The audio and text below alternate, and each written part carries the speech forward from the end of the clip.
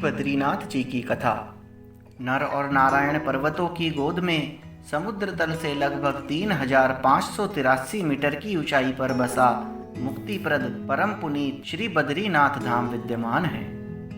नारायण पर्वत पर श्री बद्री विशाल का भव्य मंदिर है और नर पर्वत की गोद में अधिकांश आवासीय भवन बने हुए हैं। दोनों पर्वतों के बीच में तीक्ष्ण धार वाला हर हर शब्द का अखंड कीर्तन करते करते दौड़ने वाली पुण्य सलीला अलकनंदा है, जो भगवान श्री बद्री विशाल के चरणों को छूकर आगे लंबी यात्रा पर चल पड़ती है। भगवान बद्री विशाल के दर्शन से जितना पुण्य प्राप्त होता है उतना ही पुण्य भगवान की कथा से होता है। भगवान बद्री विशाल की कथा इस प्रकार है। भगवान श्रीमन नारायण को देव ऋषि नारद का उपदेश। भगवान श्रीमन नारायण ही श्री बद्री विशाल कहलाए। वे ही बद्री विशाल के नाम से क्यों विख्यात हुए और उन्होंने बद्रिकाश्रम में निवास करने का निश्चय किस प्रकार किया, इस विषय पर एक पौराणिक कथा है। पुराणों के अनुसार भगवान नारायण का वास श्री क्षीर सागर में है। भगवान शेष शैया पर विश्राम करते हैं और लक्ष्मी जी उनके चरण दबाती हैं। भगवान ही सृष्टि के कर्ता हर्ता एवं भरता हैं।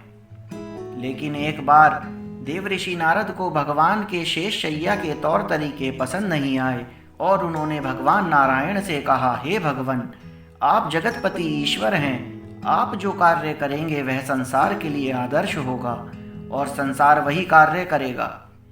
आपके इस प्रकार शेष शैया पर लेटे रहने और लक्ष्मी जी द्वारा पांव दबाए जाने में सांसारिकता की झलक मिलती है। नारद जी के इस प्रकार उल्हाना देने पर भगवान का मन बहुत दुखी हुआ और उन्होंने इन सब का त्याग करने का निश्चय कर लिया। उन्होंने बहाने से लक्ष्मी जी को नाग कन्याओं के पास भेज दिया और स्वयं तप करने के लिए हिमालय की ओर चले गए। हिमालय में वे केदारखंड नामक स्थान पर पहुंचे। हिमालय के 5 खंड बताए जाते हैं: नेपाल, कूर्मांचल, केदारखंड, जालंधर और कश्मीर। केदारखंड में बद्री क्षेत्र की रमणीय पर्वत श्रेणियां, कलकल बहती भगवती अलकनंदा तथा पत्र पुष्पों की दिव्य गंधयुक्त इस सुरम्य स्थान की मनोरम छटा देखकर भगवान नारायण इस पर मुग्ध हो गए और उन्होंने यहाँ पर तप करने का निश्चय किया। बद्री का आश्रम प्राचीन शिव भूमि। श्री बद्री विशाल मंदिर में तप्त कुंड के बाईं ओर भगवान आदि केदारेश्वर का मंदिर है।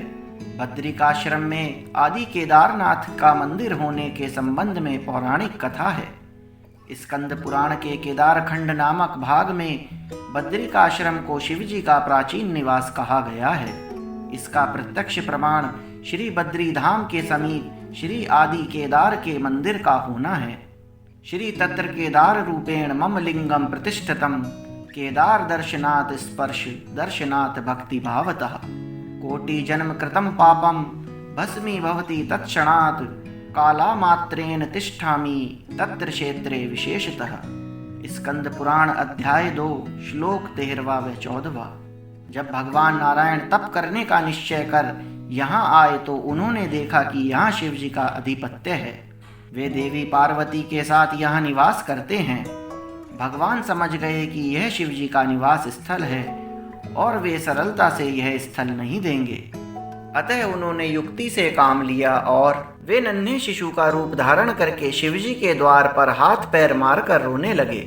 उस समय शिवजी देवी पार्वती जी के साथ तप्त कुंड में स्नान करने जा रहे थे। जब वे अपने भवन से बाहर निकले तो देखा कि द्वार पर नन्हा शिशु व्याकुल होकर रो रहा है। नन्हे शिशु को रोता देखकर देवी पार्वती का वात्सल्य जागा। ममतामय दया और प्रेम से परिपूर्ण होकर उन्होंने शिशु को उठा लिया। परंतु शिवजी समझ गए कि यह बालक साधारण नहीं है। उन्होंने देवी पार्वती को शिशु को गोद में लेने से मना किया। वे उपेक्षा से बोले, हे देवी, तुम इस बालक को ना उठाओ। तुम्हें इन झंझटों से क्या मतलब? यह तो संसार है, कोई हंसता है तो कोई रोता है। यह शिशु जिसका पुत्र होगा वह इसे ले जाएगा।